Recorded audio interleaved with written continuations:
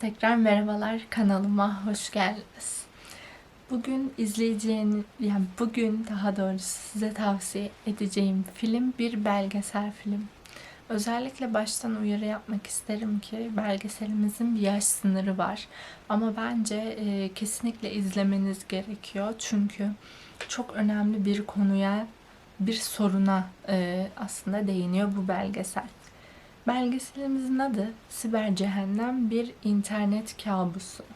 2022 yılında vizyona giriyor ve dediğim gibi Kore'de çok sansasyon yaratan önemli bir vakanın işlendiği bir belgesel. Zaten isminden de anladığınız üzere siber bir suçun işlendiğini görüyoruz bu filmde. Şöyle söyleyelim, çevrim içi bir chat e, platformunun amacı saptırılarak kullanılması sonucu çeşitli cinsel istismar ve bunların yayılımı ile alakalı bir suç çetesi ortaya çıkıyor. Bir cinsel istismar ağına dönüşüyor. Ve bu maalesef insanların da katılımıyla beraber çok büyüyen ve çok köklü bir sorun haline gelmiş. Şantajların havada uçtuğu ve birçok insanın, birçok kızın zarar gördüğü bir dava sürecinden bahsediyoruz aslında. Ve bunun da siber tarafı oldukça düşündürücü ve inanın çok önemli bir konu. Bu konu. Yorumlarıma geldiğim zaman özellikle bir şeyden bahsederek gireceğim yorum kısmına. Bu filmin konusunu söyleyen birkaç tane internet sitesi vardı. Ve hatta ben Netflix'ini izledim. Orada da şöyle yazıyordu. Çevrim içi sohbet platformunun araç olması. Şimdi bu çok konuşulması gereken bir konu. Her şeyden önce bahsi geçen araç Telegram uygulaması. Ben şahsen medya okuyan bir öğrenci olarak şöyle bir fikrimi söylemek istiyorum. Her şeyden önce sadece Telegram değil, sadece bu davaya bağlı kalmaksızın hiçbir sosyal medya platformunun doğrudan suçlanabileceğini ya da bu bunun aracıdır dendiği zaman toplumda yarattığı etkiyi çok doğru bulmuyorum. Ne demek istiyorum? Şimdi buradaki davaya dönecek olursak, evet Telegram kullanılmış ve dava içinde birkaç yerde şöyle şeyler duyduk aslında. Telegram'ın tamamen kaldırılması, ülkede yasaklanması ve benzeri. Şimdi bugün Telegram'ı yasaklarsınız, başka bir gün başka bir şey çıkar. Bu uygulamaların temelde, prensipte hiçbirinin amacı bir suça araç olmak değil ve hepsi bir iletişim kurma temeliyle yola çıkıyorlar. Mesela bizim üniversitemizde geçen dönem aldığımız bir ders vardı ve hocamız Telegram daha güvenli olduğu için WhatsApp yerine Telegram'ı tercih edelim ve ders içi konuşmalarımızı orada gerçekleştirelim dedi. Neden? Çünkü Telegram gruba girdiğiniz an sizin telefon numaralarınız gözükmüyor. Fakat mesela WhatsApp'ta bir gruba girdiğinizde telefon numaranız tamamen açık oluyor. Aynı zamanda şimdi bu yönüyle baktığımızda biz güvenerek ve hatta daha güvenli olduğunu düşünerek orayı tercih ettik. Telegram'ın mesaj silme politikası şu anlamda yine bizim olumlu olarak konuştuğumuz bir şeye sahipti. Nasıl? Şimdi WhatsApp mesajları yedekleme, depolama ve veri olarak tutma ile ilgili bir aslında onay istiyor sizden. Ve bunu vererek devam ediyorsunuz. Bir ara WhatsApp'la ilgili çılgın konuşmalar dönüyordu.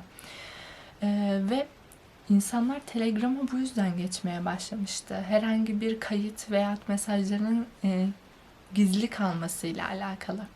Şimdi bu davada tüm bu unsurları eleştiriyor ve tehdit olarak görüyoruz ama Genel anlamda ben burada da suçlanılacak bir şey varsa o da insanlar. Bu suçu işleyenler ve bunu satın alarak destekleyen insanlar. Benim için çok da farkları yok. İki kişi ya da işte sadece o chat gruplarının oluşumunda destek olanlar değil, oraya para vererek destek veren bütün insanlar benim gözümde aynı kötülüğü yapmış durumda. Ve onlar sadece bunu para için ya da kendi iğrenç bir takım istekleri doğrultusunda yapıyorlar ve Telegram buna araç oldu demek çok kötü bir şey.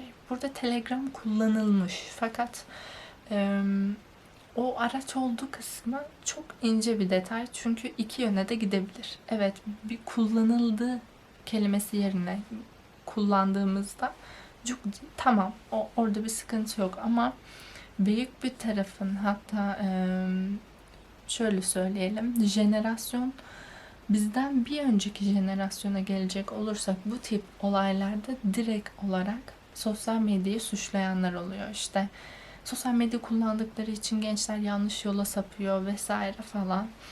Ben öyle olduğunu düşünmüyorum. Bunu söylemek istedim. Bu dava çok korkunç bir dava ve bence gazetecilerin ilk haber çıkardığında biraz fazla erkenci davrandığını düşünüyorum. Ve kendi isimlerinin kullanılması konusu tabii ki çok rahatsız edici. Yani kişisel verilerinin paylaşımı çok korkutucu da bir şey. Çocuklarına kadar gidiyor. Fakat şu yönden de düşünmek gerek. Şimdi orada rahatsız oldukları konu bu. Fakat bir yandan da diyorlar ki işte o gazetenin kurbanı vesaire gibi bir manipülasyona gidiyor suçlular aslında. Burada şunu kabullenmeniz lazım. Ne şartta olursa olsun o görüntüler yayınlanıyor. Ve sizin psikolojinizle oynayarak sizin iyi tarafınızı suistimal etmeye çalışıyorlar ve siz de diyorsunuz ki ay ben çok suçlu hissettim ve bununla ilgili bir daha araştırma yapmayayım. Ben orada biraz sinirlendim ve gerildim. Çünkü o mağdurların zaten belki binlerce video ve fotoğrafları yayınlanmış ve sizi bir tuzağa çektikleri çok bariz. Bu yüzden ikinci etapta soruşturmaya devam eden tüm polis ve gazeteci, araştırmacı gazetecilerin tamamını tebrik ediyorum. Çünkü bir yandan şunu unutmamamız gerekiyor. Evet, siber zorbalıklar sanki önü alınamaz gibi gözüküyor ya da takip edilemez.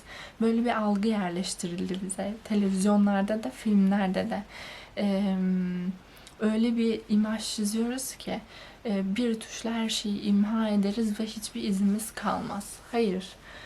Siber olarak baktığınızda işe çok çok iyi hackerların her şeyi aslında bir noktada geri getirebileceğini bilmelisiniz. Yani dijital ayak izi bırakıyorsunuz ve onu silemiyorsunuz. Bu gerçek. Bunun peşine düştüğünüz zaman aynı bu davada olduğu gibi mutlaka bir boşluk, bir file, bir şey oluyor. Benim bir başka yüzümü gülümseten unsur burada kendi tuzaklarına düşmeleriydi. Bu link tıklama olayı bizde de para çekimi konusunda çok fazla yaşanıyor ülkemizde. Linke tıklıyorlar ve banka hesapları, işte bilgileri falan kopyalanıyor, ediliyor. O yüzden kimsenin attığı linke tıklamayın. Ya da benim arkadaşımın hesabı çalınmıştı ve bir link atmış işte. Ben biliyorum ki o arkadaşım bana böyle bir link atmaz. Tıklamayın gibi. Ve lütfen burada çok önemli bir unsur daha var. Bu dava için hiçbir mağdurun eleştirilmemesi gerektiğini düşünüyorum. Çünkü her ne kadar psikolojik olarak çok dik gözüksek bile bir anlık bir boşluğunuza bakıyor. Tabii ki ben de izlerken yani iş için bunu nasıl hani be oldum ama hiçbir zaman yargılama kısmında değil. Çok üzüldüm duyduğum şeylere ve o kitlenin o kadar büyük oluşu çok korkunç. Yaptıkları şeyler çok korkunç. Ve hep düşünürüz ki bunlar işte böyle büyük adamların ya da işte yaşlıların, daha yaşça büyük insanların yaptığı işler, ama hayır.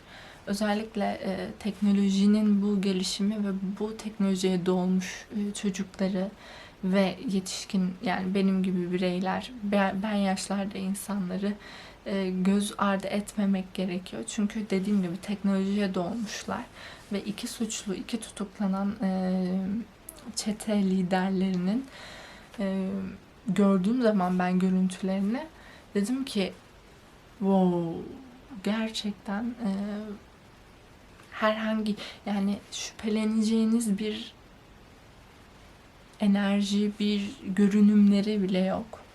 Birisi zaten babasının yanında tutuklanmış falan.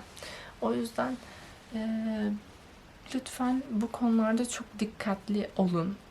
Özellikle kişisel verilerinizin ya da fotoğraflarınızın paylaşımı konusu çok derin bir konu. Benim kişisel görüşüm, hiçbir platformda bence telefon fotoğrafınızla dahil, hiç fark etmez, platform olmasa bile bu tip fotoğrafları mümkün mertebe çekmemeye çalışın. Çünkü telefonu hacklenen bir insanın da fotoğrafı elde edilebilir. İlla birine yollamanıza gerek yok. Ya da herhangi bir platformda, bu Snapchat de olabilir, başka bir platformda olabilir, Telegram da olabilir. Lütfen o fotoğrafların kopyalanabileceğini unutmayın. Şimdi şey diyenler olabilir. Ekran görüntüsü alımını yasaklıyor mesela WhatsApp. İşte o güvenli olmuyor mu? Güvenli olmuyor. Çünkü ben kendi telefonuma WhatsApp'a girerken başka bir telefonla ya da başka bir aletle oranın görüntüsünü çekebilirim ve bunu hiçbir güç engelleyemez. Bunları lütfen göz önünde bulundurun ve çok dikkatli olun. Kimsenin sözüne bu anlamda güvenmeyin. Ve gerçekten zaten birçok verimizi teknoloji ilerlediği için alışveriş vesaire derken veriyoruz, kullandırıyoruz, bir şekilde paylaşıyoruz. Ama lütfen mesajlara dikkat edin. İş teklifi vesaire, çünkü bu anlamda bana da mesajlar geliyor. Yani telefonumuz öyle bir yayılmış ki sağ olsunlar, bize sormadan bu verileri sattıkları için bana işte çok iyi bir fiyata gelin beraber çalışalım gibi bir mesaj geliyor. Direkt siliyorum. Çünkü böyle bir şey mümkün değil. Beni tanımayan bir insan bana niye bir anda, atıyorum, 10.000 liralık bir iş teklifi. Lütfen çok dikkatli olun. Çok dikkat edin her anlamda ve bence fotoğraf konusu da çok ciddi bir mesele. Bu bizim okulda da konuşulmuş bir şey. Kimsenin size şunu inandırmasına izin vermeyin.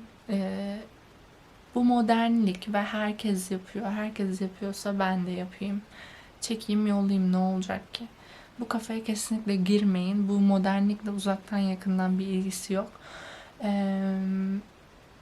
Bu tip içeriklerin modernlikle bağdaştırılıp yaşıtlarımızca okey olarak görülmesi de çok düşündürücü bir nokta. Bu modernlik değil bence. Modernlikle de hiç alakası olduğunu düşünmüyorum. Ama paylaşan hiç kimseyi de yargılamıyorum. O yüzden siz dikkatli olun. Çünkü her kararınızın bir sonucu var. Bunları düşünerek hareket edin ve her şeyden önce kendinizi düşünün. Kimseyi değil demek istiyorum. Bu konu hakkında konuştuğum için çok mutluyum.